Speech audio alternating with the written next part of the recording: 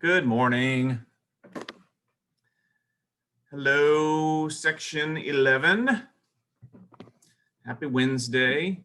Happy Wednesday. I was having some issues with my internet, and it's Wednesday, so we have internet issues at home always. So just be on ready to turn off your video, but we're gonna roll with it as much as we can. Um, the other thing I want to mention, I'm going to have to end a little bit early, about 12:30 today, so you can plan the rest of your day accordingly. So that means let's get down to business. Okay, so hopefully you have had your fill of the rule against perpetuities. I have had mine, and we are going to move on with concurrent estates. So up until this point, we have been dealing primarily, although we've kind of whispered about the possibility that multiple people might hold property and interest at the same time. Up to this point, we've really been operating as though just individuals hold sticks. However, you should know from a conveyance like 2A for life, then 2A's children, that it's possible for multiple people to be in the same interest at the same time. Okay, so we can have individual situations where multiple people have their hand on the stick at the same moment. So that is what a concurrent estate is. For our coverage, we're going to focus in on three kind of ways of thinking about concurrent estates. One is how you create them. That's kind of easy. Okay. Two is what is the rights and responsibilities of concurrent estate holders during a concurrent estate. Okay, so when something is held, and sometimes the phrasing is when something is held in co-tenancy, what are the rights and responsibilities that co-tenants have towards each other? So when there are individuals that hold a stick together, what rights and responsibilities arise? We're probably not going to talk about that today. And then last, how does one end a co-tenancy? Okay, because though they can exist, concurrent estates cause problems from the perspective of a property regime that likes for property to be able to be bought and sold, to transferred or alienated easily, and from a perspective of a property regime that likes for property to be used productively. Okay, and so just think for a second about why that's true, why this presumption against concurrent estates, and then we'll sort of see why it's important to know how to terminate these things.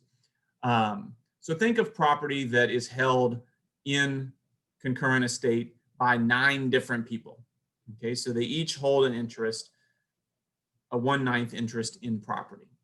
Okay, if you want to sell that property, so just to be clear, the property is one plot owned by 9 people together. If they want to sell that one plot to IKEA or to whomever, then what's getting in the way? What's a problem?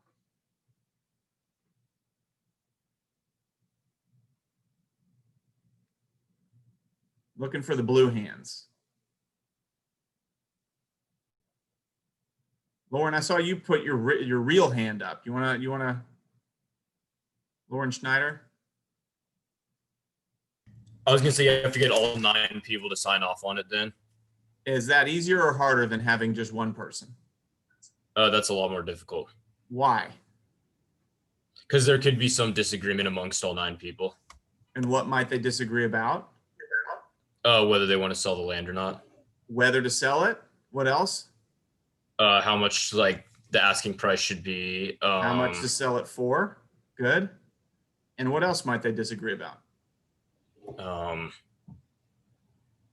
Who to sell it to.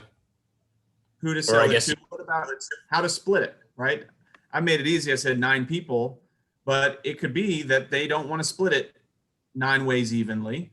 They have a different idea about how to split it. And so it causes all sorts of problems. And so since it's it's potentially problematic to sell, the property regime would like to end co-tenancies, or at least make it possible or easy to end co-tenancies. What about productive use of property? If 9 people own a plot and they want to use it, what might be a problem with that? Yeah, Zach. A lot of the similar issues. You need people to agree on what they want to use the plot for, because if one of the owners says, no, I don't want to put this improvement on it, well, you need their permission in order for the improvement to get made. So that means everyone has to agree for anything to get done really with the property. And that's easier with 1 person or 9 people? Far easier with 1 person than 9. I can say that from personal experience. Great. So whether we're talking about just using the property or whether we're talking about transferring, selling the property, it's much more difficult to alienate and to be productive with property that is held in concurrent estates. That doesn't mean that they don't exist. That doesn't mean that they can't be successful. Okay? It just means that generally speaking, they are less efficient than non-concurrent estates. Okay? Generally speaking, they're less efficient than non-concurrent estates. Okay, so that's why we're going to talk about terminating them, which I think we'll get to at least a little bit of today. So how to create them. It's actually really easy. You just do all the things that we've been talking about with conveyances, just to more than 1 person. Okay, so how do you do a fee simple? You do a fee simple 2A. How do you do a fee simple that's a concurrent estate? You do 2A and B, or 2A, B, and C, or to my grandkids, or whatever. Okay. Note that concurrent estates, we're going to focus almost exclusively on concurrent estates as fee simple. Okay. But note that future interests or other interests might be held as concurrent estates as well. 2A for life, then to X, Y, and Z. Then in that example, X, Y, and Z are holding the indefeasibly vested remainder at the same time. And then eventually, at the end of A's life, X, Y, and Z will be the fee simple holders together. Okay? And so that is how you do it. So you do it just like you do any other sticks. The only difference is you have to identify more than 1 individual. Okay. Now, that may be an oversimplification because there's actually 3 types of co-tenancies, 3 types of concurrent estates. I'm going to talk about the 3rd one first, and then you can stop thinking about that one entirely. The 3rd one is called the tenancy by the entirety. It is a concurrent estate that can exist only between 2 spouses. It's better covered in coverage of marital estates and marital property, which is outside the bounds of property 1. So it exists, it can be there, but it's irrelevant for our purposes. The 2 that we're going to focus on are tenancy in common and joint tenancy. Okay? And so I'm going to speak first about tenancy in common because it's much more straightforward and I think easy. A tenancy in common operates like any other stick in that it can be held, it can be sold, it can pass through your will to go to somebody, it can be given away with intent delivery acceptance. It just is a regular old stick. Okay? For property that is held, tenancy in common. So for example, 2A and B. That's a tenancy in common for A and B. Note the characteristics of that. A holds a fee simple, 1/2 interest in the property.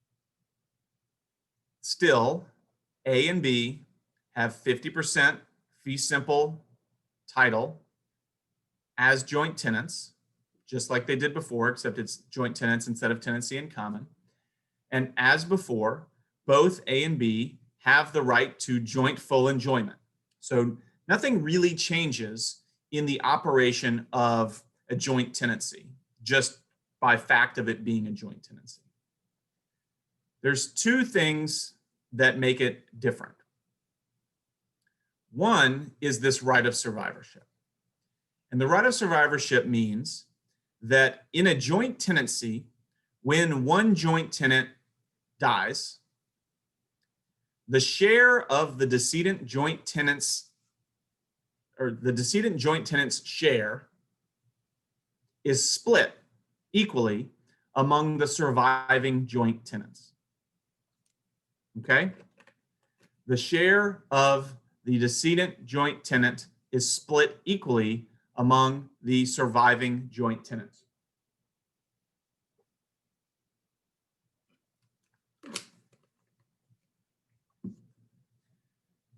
So, to A and B as joint tenants, if A dies, A becomes the decedent joint tenant.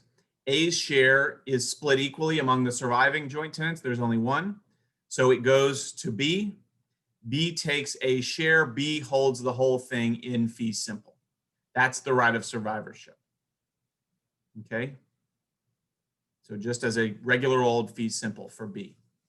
You can see that if there's more than two joint tenants, that right of survivorship can be a little more complex. So that's the difference primarily.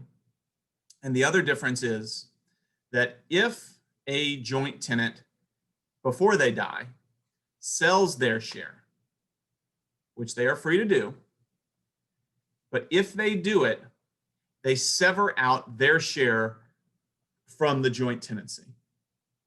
Okay? They don't, and I'm gonna do an example where this will hopefully come clear.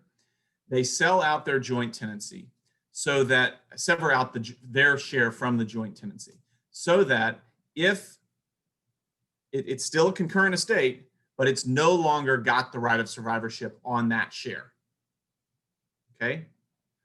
So you can sell within a joint tenancy and sever that portion from the right of survivorship, or you can let the joint tenancy last so that if one of the joint tenant dies, then we start having some sort of consolidation of shares. Okay? So I'm going to pause here and we're going to do an example in a second, but are there other questions before we go to the example? Annie. Just to clarify, you said like one joint tenant can sell their share and it just severs that, like their right of survivorship. Okay. Yes. Payton. So if there's only two joint tenants and one of them sells, you don't need the approval of the other one to sell your share. Correct. And that severs the right of survivorship for the other person because they would not get my share if I sell it. Correct. It seems like, so if I wanted to be able to pass on my share to my son, I could just sell him like 1/10 of my share or something so that we're tenants in common, and then my tenancy in common would be divisible in my will to him. So it seems like the right of survivorship is so easily broken. It's hard to see like the value of that, or why anyone would let their right of survivorship just be destroyed upon their death, because it's so easy to devise it if that's the case. So there is, I think, I mean, I don't know that I can respond other than to say you're right on top of it, right? Like the right of survivorship depends on this joint tenancy surviving until the time that the joint tenants die or one of the joint tenants die. And that it's possible it's always possible for any joint tenant to cancel, slowly but surely, but in a two-person joint tenancy, the entirety of the right of survivorship. It is very easy to do, and you can do it unilaterally. The only restriction on why you couldn't do that, there is no legal reason that you couldn't, but I suppose it goes against the intent of the grantor, that the grantor seemed to want there to be a right of survivorship and that you're canceling that out. I suppose that you're also canceling your own right of survivorship when you do that. So Peyton's describing a situation in which, let's say we had just had 2A and B, and 2A and B as joint tenants, and A wanted to cancel the right of survivorship to ensure that they got to pass their share on to their child. They could do that, but then they would put a cap on how big their share ever would be. That child would never have more than 50% interest in this property, just by operation of law. However, if Peyton didn't cancel it, then there would be the possibility that Peyton would be the surviving joint tenant, and that Peyton would then take, or A would then take 100% of the property and then could convey in their will all of it to their child. So you do lose out on something when you cancel the right of survivorship. You lose out on the chance that you'll be the one that survives, right? You'll be the one that ultimately takes the full property. Obviously, people, especially as they're nearing the end of life, they might conclude like, I ain't gonna be the survivor, so I might as well start cutting off the right of survivorship. And that happens all the time. Okay, that is very common. Because they say, well, I was hoping I would be the survivor, but it's not looking good. My other joint tenant is, still out working out every day, and I'm degenerating, and I don't think I'm going to be the survivor, and so I'm going to cut off the right of survivorship. So you see that happen. Zach. Okay, two questions. Just first to confirm, for a joint tenancy, the joint tenants have to have equal shares of the of it. So it has to be 50-50 or 1/3, 1/3, 1/3. It can't be 25-75, right? Correct. All right. And the second question is, so if you have 3 people in a joint tenancy and one of those people transfers it over, do the remaining 2 still have a joint tenancy within themselves, or does everything get turned into tenants in common? I'm going to come back to you with that question when we start to do the example. Okay. Other questions?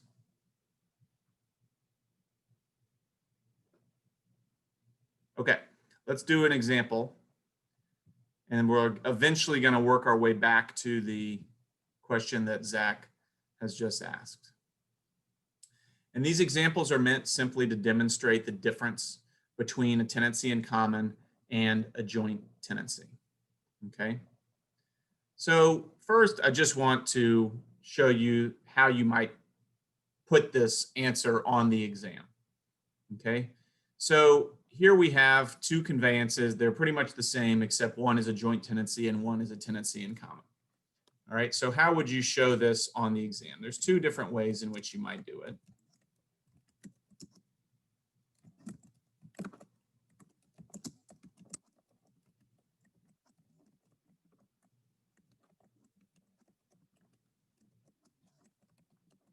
Okay, so you might separate out each individual share of the fee simple, noting that A, B, and C are all tenants in common with each other. Okay, so that's one way you could do it. It's crucial to note that it's fee simple, that the size of the shares, and that it's tenancy in common.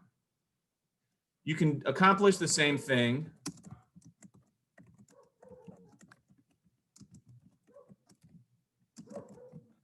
like that. Okay, that gets the same thing done. So either this or this will be a fine answer if the answer to a conveyance is that it's held in tenancy in common by multiple people.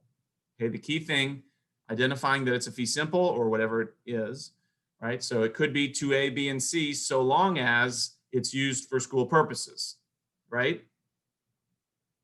And I don't want to make you upset when I say that, but it could be that, in which case it would be A, B, and C have a fee simple determinable, 1/3 each in tenancy in common, okay? For our purposes though, today, we're just going to deal with fee simples. All right, so you're noting what the interest is, the size of the shares, and the nature of the concurrent estate. So over here, same basic thing.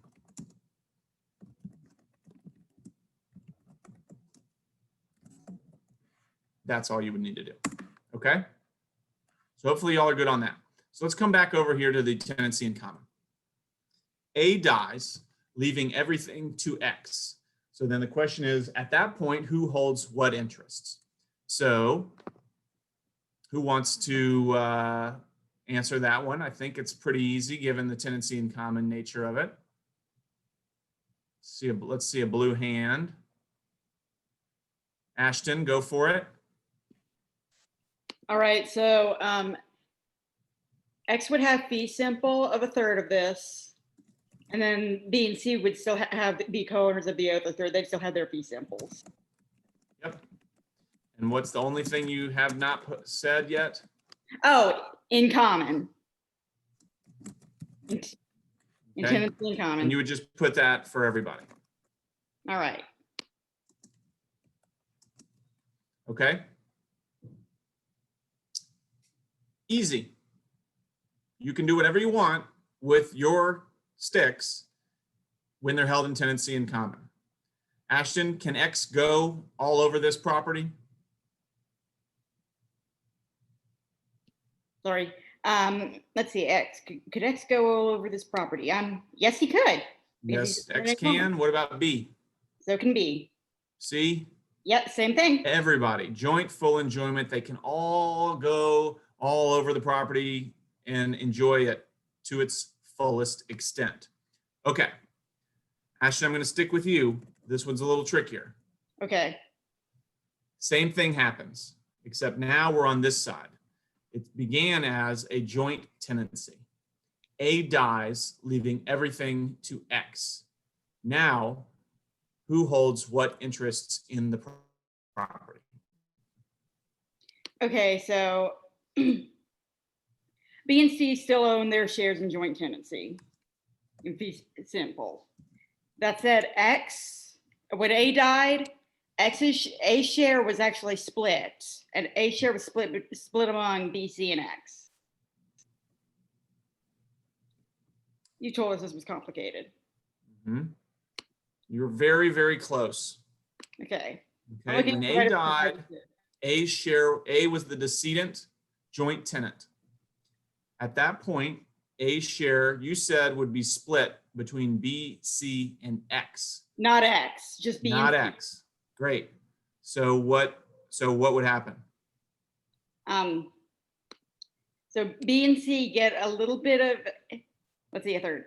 B gets an additional 6 of the share, and so does C, but X Yep. doesn't really get anything. X gets nothing.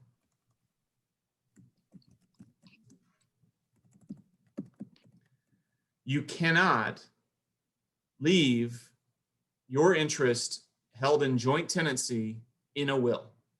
That's what the right of survivorship cuts out. That's what Payton is asking about. He's noting that if you want to pass something on in your will and it's in joint tenancy, you had better cancel out that joint tenancy before you die, or else you lose it. Okay? You lose the ability, you do not have the ability to pass something that's held in joint tenancy in your will. So the fact that A left everything to X, a lot of things might be going to X, but not A's interest in this property, not A's share of this joint tenancy. Instead, this is going in equal shares to the surviving joint tenants, B and C.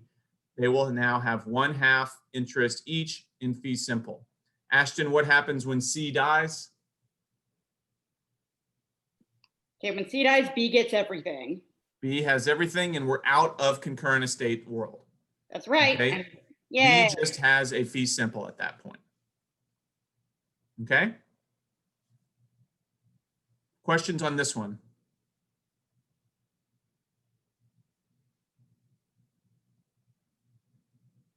Okay.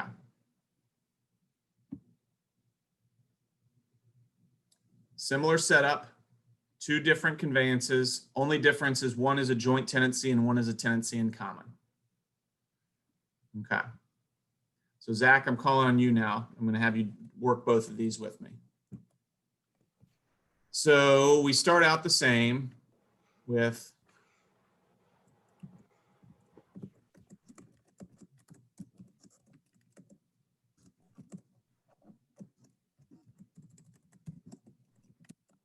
okay. A sells the share to X. Now who has what interests? X, B, and C each have 1/3 fee simple in tenants in common. Great. Hopefully everybody sees that. That's pretty straightforward. B dies. Depends. Now who has what interests? Depends. Who is B leaving his property to? Okay. You tell me. Well, Let's do one interest at a time. What does X have? X has, X and C each have 1/3 interest in tenants in common, and then B's heirs have 1/3 interest overall. How many heirs he has splits up to 1/3. Great. Yeah. I'm putting estate rather than heirs. That's what I want y'all to put, because unless you have facts about a will or about a lack of a will or about heirs or lack of heirs, then you really don't know. So Zach's answer was right. It depends on what's going on with B. Okay. It is good enough for our purpose to say B's estate takes what B had and is in there. It is correct that if B has willed this to a charity, so Zach, if B leaves everything to a charity, then who holds this 1/3? Not charity. The charity holds it. But if B doesn't account for this in their will, then it passes, as you've said, to B's heirs, and it depends on who the heirs are, how many there are, etc. Right? What if there's no will that accounts for this and there's no heirs? Then it goes into probate. It's been in probate this whole time. It sheets to the state. It is cheats to the state. Okay, and the state will step in as a tenant in common with X and C. Okay, so really nothing terribly surprising or new if it's a tenancy in common. You do the same thing you do with any other interest. Okay, you look and see, is it captured in the will? If it's not captured in the will, then are there heirs? If there's no will and no heirs, then we got an escheat to the state. Okay, so that same process we've been doing this whole time. All right, now the tough one. A, B, and C as joint tenants. A sells their share to X. So initially, I'm just gonna do it all. A, B, C, fee simple, 1/3 each in joint tenancy. A sells the share to X. So let's focus first on that interest. X definitely has 1/3 fee simple in tenants in common. Why do you say in tenants in common? So by A selling their share, they are breaking the joint tenancy by They've broken for that third, for that interest, they have broken the tenancy in common. I mean, the joint tenancy, and have turned that one into not having the right of survivorship anymore. Can X go anywhere X wants on this property? Yes. Yes. Okay. It's still a concurrent estate. all we've done is canceled the right of survivorship for that share. Okay, so they still are in a concurrent estate with joint full enjoyment. Okay, so now your question was, what happens to the other two things?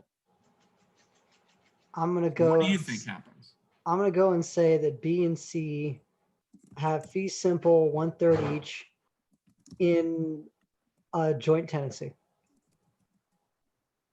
Okay, so I'm going to leave that up there for a second and let's play it out. What happens when B dies?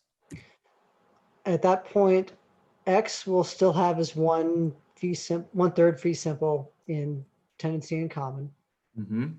and C will have 2/3 fee simple tenancy in common.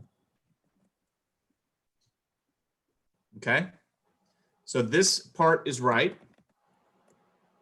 That is exactly what happens, which means this part is also right. It's just a little hard to think about, okay? It's a little hard to think about. And sometimes, you know, the way that I describe it is that it's as though B and C hold, with regard to just that 2/3, you know, the 2/3 that didn't get severed off, they hold a joint tenancy in that small portion. And then that portion is combined with the 1/3 that X has into a larger tenancy in common. So it's almost like there's a joint tenancy within a tenancy in common. A tenancy in common being between X and the BC joint tenancy. X and the BC joint tenancy being a tenancy in common together, that when B dies down here, all it affects is that 2/3, right? C takes the decedent joint tenant's share of that 2/3 portion, and therefore they take it. Okay? And so C ends up with 2/3 here, as opposed to 1/3 here, and B's estate taking a portion. Okay? Diana. Yeah, I'm really unclear why, why there's a difference, why it's not converted to going to B's estate when he dies versus like tenancy in common where like it does go to the estate. You mean on this example? Yeah, so like the last example for joint tenancy, like Mhm. why it doesn't go to his estate at all. So nothing that is held in joint tenancy can pass by will.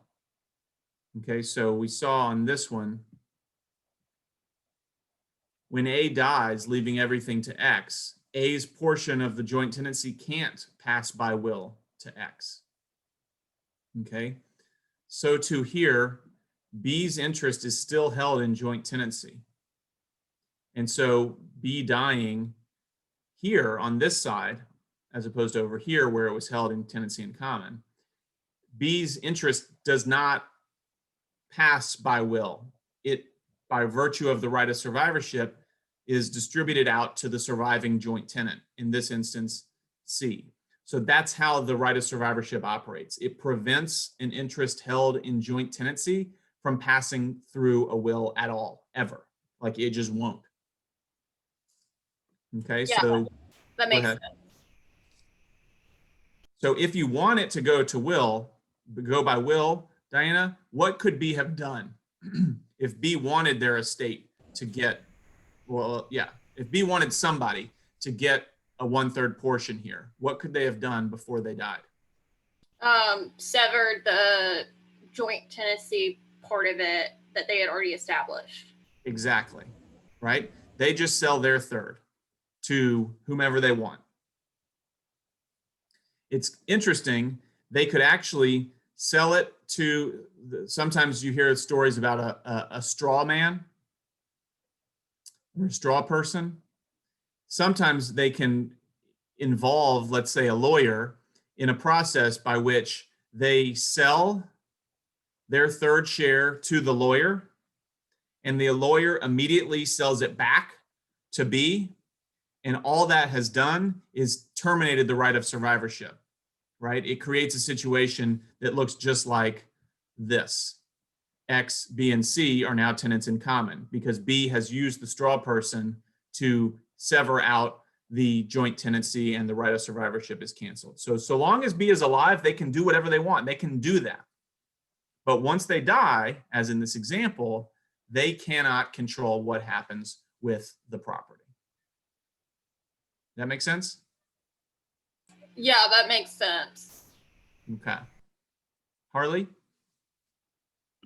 Yeah, I have another question about the joint tenancy. So when B dies and then it turns, like B and C had 1/3 each in joint tenancy. And then it turned into a tenancy in common when it was 2/3.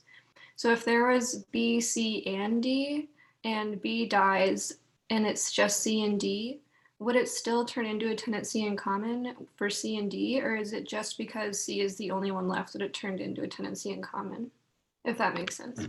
It does. So you're just adding another character in, and you're asking if a joint tenancy would survive here if there were more people involved in it. Yes, yes. The answer is yes. So I just want to make sure for everybody else that you're following that. So if instead of A, B, and C, we had A, B, C, and D. Okay. So these numbers would be changed out a little bit. 1/4 each, 1/4 each, and D would be involved here as well. When B died,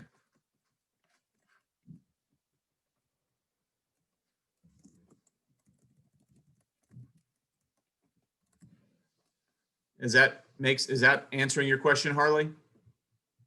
Yeah, so then it would be 3/4 in joint tenancy. Oh, yeah. Okay, that's what my question was. Sorry. And then if C died, then what would happen? It would go to D in 3/4 would go to D in tenancy in common. Exactly. Right. At that point, the joint tenancy would be over because we would have the last survivor. Right. So think of a joint tenancy as the TV show Survivor, in which they're constantly being voted off and eliminated until there's one last one that just takes the whole prize. Okay. We good? Other questions?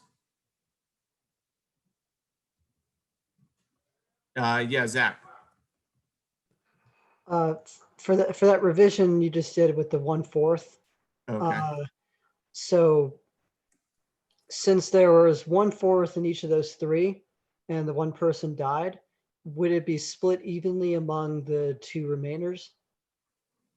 So that would be 3/8 for each of them. Yeah. So they would actually have 1/2 of 3/4 down here. That would be 3/8, I believe. Yeah. Yeah. That sounds good to me. Okay, I just want to confirm that that's Good catch.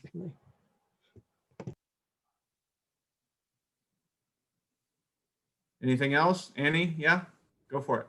If on the exam we do our math wrong, are you gonna count off if we accidentally do, like the 3/8 thing? I wouldn't have caught that, honestly. It depends on how badly you do the math wrong, but generally speaking, it's fine, right? So, if like an error like that is probably not gonna be a problem because I'm able to follow that because you could even say that what this represents is that C and D together hold 3/4, which is in fact true. So. Or it would be okay to say 1/2 of 3/4. Or it would be okay to say 1/2 of 3/4. Okay. But if your math is so off that it's like it's not even like it doesn't even make sense, like I can't even figure out why you have that percentage in there, well then you might have a problem.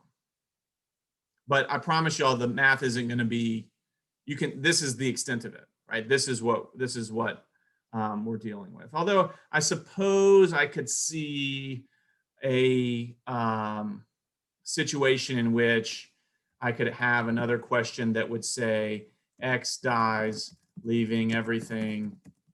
You might even have come across this to L, M, N, O, N. Did everyone freeze or did, I'm not frozen.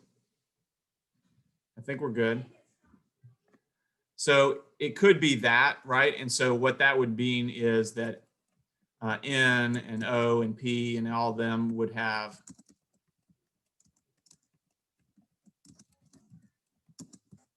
you see?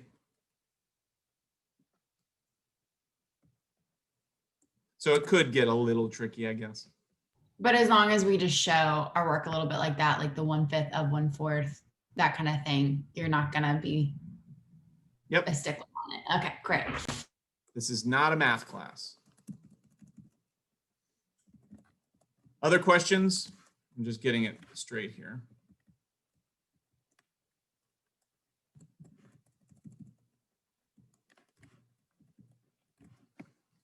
We good?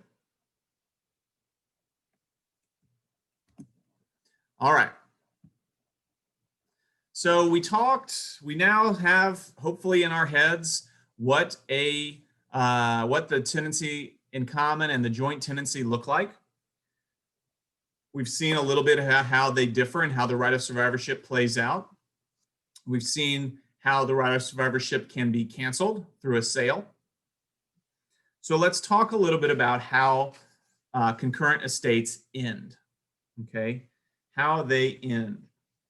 Obviously, we've kind of already seen that with a joint tenancy, they end when all of the joint tenants die, right? As long as it's held in joint tenancy, as the joint tenants pass away and the game of survivor ends, then the tenancy and the concurrent nature of the estate will come to an end, and eventually someone will hold it all in fee simple.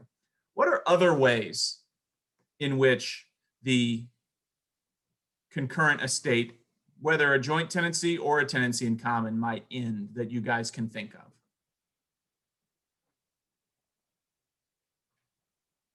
Yeah, Ashton. Somehow they work together and sell the land. Work together and sell the land, okay? And then what might they do with that? After they've sold the land, well, it's no longer theirs. Well, it's no longer theirs, but what do they probably get for it? Other than money. They got Oh, money, and they're probably going to split the money, right? Right. They're So gonna, the main point here is they came to some agreement and sold the land, and now that individual holds just a regular old fee simple, and the former concurrent estate holders just split the money. Okay. What else? Peyton, what else could they do? If one of the tenants in common wants to, or the joint tenants wants to use the land for something, like if they want to develop it and the others don't, they can petition the court to partition. Forget the court. We're not getting the court involved yet. Oh, okay. What could they do without the court? I mean, you can split your, so if someone owns a part of a tenancy in common, you can say, I'm devising remainders to my children. I'm keeping a life estate. If it was a joint tenant, that would split it. If it was a tenancy in common, it would just change the nature of it. Yeah, you're making it too complicated. Oh. That we're trying to get it out. We're trying to make it less complicated. We're trying to get to a situation in which we don't have concurrent estates and we don't really want future interests either. Ashton said they could agree to sell. That's right. Hayden is trying to muck the whole thing up with all these extra things. Ryan, what else could they do to end the concurrent estate? Can't they just devise or sell it to each other to simplify it? Right. So what would that look like? Let's say there's 4 people that hold 25% stakes. Yeah, sure. So, Really wants to I use mean, it. basically just say I like, thought Peyton was going towards one of them really wants to use it. So what could they do? they could just basically say like, if A says, hey, I want to use it for this, they could basically just either sell it to or give it to A in return for either profits off of the sale directly to him, or I'm sure they could probably come up with some plan for whatever he's getting Yeah, off just for. consolidate it internally, right? Consolidate it rather than selling it to someone else. They can just consolidate internally, and one of them will hold all of the sticks by buying out their co-tenants. Okay, that's one thing they could do. What else could they do? So they could sell it, and it becomes a fee simple as one plot. They could internally consolidate, and it becomes a fee simple as one plot. Logan, what else might they do? Partition the land, so separate it. If they all own a fourth, they each take a fourth of that property. Great. So don't use the word partition in the legal sense. Use it just in the sense of this is just splitting, right? Splitting. And so the reason I don't want you to use partition yet is because partition is the legal action of moving in this direction. But what you could do is you could say, okay, we each own a 25% interest. Well, let's switch that out. Let's say, Logan, it's a 20-acre plot. So what might they do? Well, if it's a 20-acre lot and there's, say, 4 of them, they each get 5 acres. They each get 5 acres. And what are they giving up if they do that? They're giving up their, what's it called? Their right to joint full enjoyment. Right to joint full enjoyment, right? So let's say it's A, B, C, and D. They will each take their 5 acres, and they will be fee simple holders for those 5 acres. So they went from having a 25% stake in a 20-acre lot to having a 100% stake in a 5-acre lot. Can B come on to A's 5 acres at this point? Not without permission, no. Not without permission. What about C and D? No. No, they would be trespassers. Okay, so you're giving up the right to full enjoyment, but you're picking up the right to exclude. Okay, so those are ways in which you can solve these problems by agreement. Sell it, internally consolidate, split it. Okay, or we've also talked about you can wait for the joint tenancy to expire. Okay, or you can partition. Okay, you can get the court involved and partition. And so that's what the Delfino case is about. Trying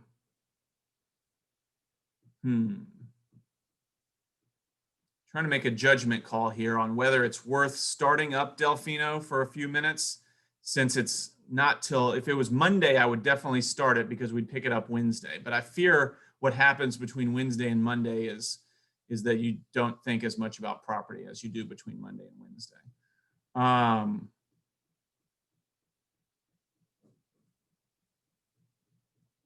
Okay, I'm not going to start Delfino. Are there questions about this? About where we are, where we've been going. Can you repeat the 3 things you can do? You can sell it, you can internally consolidate it, and you can split it up. So divide it so that there are, instead of one parcel held by lots of people, there's several parcels owned by individuals. That's fee simple. Yeah, Ward. So this could be a stupid question, but in the situation where you have a co-tenancy of, let's just say, 2 people that own 50 acres, and one of them wants to sell, how do you know what part of the property gets sold? I assume they would have to split it before they sold it. Until it's been separated out, then you can only sell the share that you have.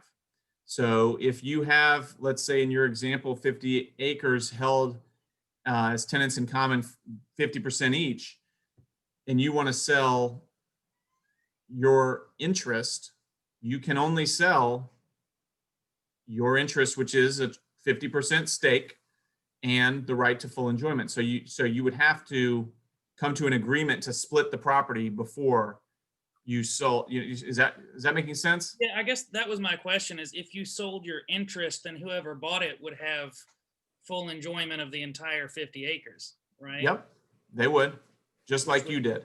Yeah, which could be, I guess, you would have an issue with the other person potentially. You could, yes. You can put, so let's say you don't like your co-tenant. You can make your co-tenant a co-tenant with whoever you want, right? You can find their ex-spouse and say, haha, I'm going to make you a co-tenant with your ex-spouse and everything is going and have fun, right? Until one of the actions has been taken to end the co-tenancy by either selling it and consolidating it or splitting it or going to court, until any of that happens, then that's that. Okay, that's right? what It's I figured. still, it's just, I just wanted to make sure that was the correct assumption. great. Thank you. Peyton? So I'm trying to get straight, if you have different interests, whether the people are still considered co-tenants. So a parent who owns, say, a half interest in fee simple in a property, and she deeds remainders, equal part remainders in her half of the property to her two children, so that they have each sort of a fourth interest remainder, and she holds a half interest life estate in the property. Mhm. Are they all tenants in common? Because so the people don't have rights to the property. They're not all tenants in common together. So at that point, what you have is a tenancy in common between the parent's life estate, 50%, and whoever the other tenant in common was, right? You didn't say, let's just say that's X, right? So the parent and X are 50% tenants in common. It just so happens that that 50% that the parent has is held in life estate. So the tenancy in common are people that are at the same sort of level. They are both the possessory estate holders, and therefore they would be tenants in common. It's just that one of them is a fee simple and one of them is a life estate. The kids that have the indefeasibly vested remainders, they're also tenants in common with one another, okay, on the remainder. When the parent dies, they will come in, and then all three will be tenants in common. 1/4, 1/4, and 1/2. Does that make sense? So you can only be a tenant in common with someone that sort of shares the nature of your interest. So is it possessory or is it future? Okay. And that's the fourth unity. Possession is essential to tenancy in common, and the other three unities are essential to joint tenancies, but not tenancies in common. Right. Professor Zach. Keel, oops. Go ahead, Kiva. Go ahead, Kiva. Sorry, Zach. What was the very first tenancy called, that one we don't have to worry about? Tenancy by the don't have to worry about it. Just kidding. Tenancy by the entirety. Go ahead, Zach.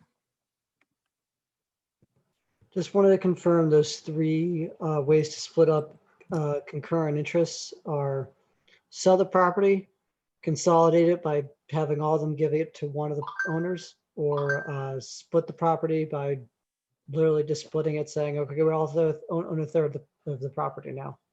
That's, Yep. those were it, right? Those were the three we mentioned. Don't forget, it could also be wait for the joint tenancy to expire or go to court. Okay. Great. We good? All right, I gotta hop off. So I won't be able to stick around to answer questions, but send them by email if you got them. And we'll pick up with Delfino on Monday. Have a good weekend. You too.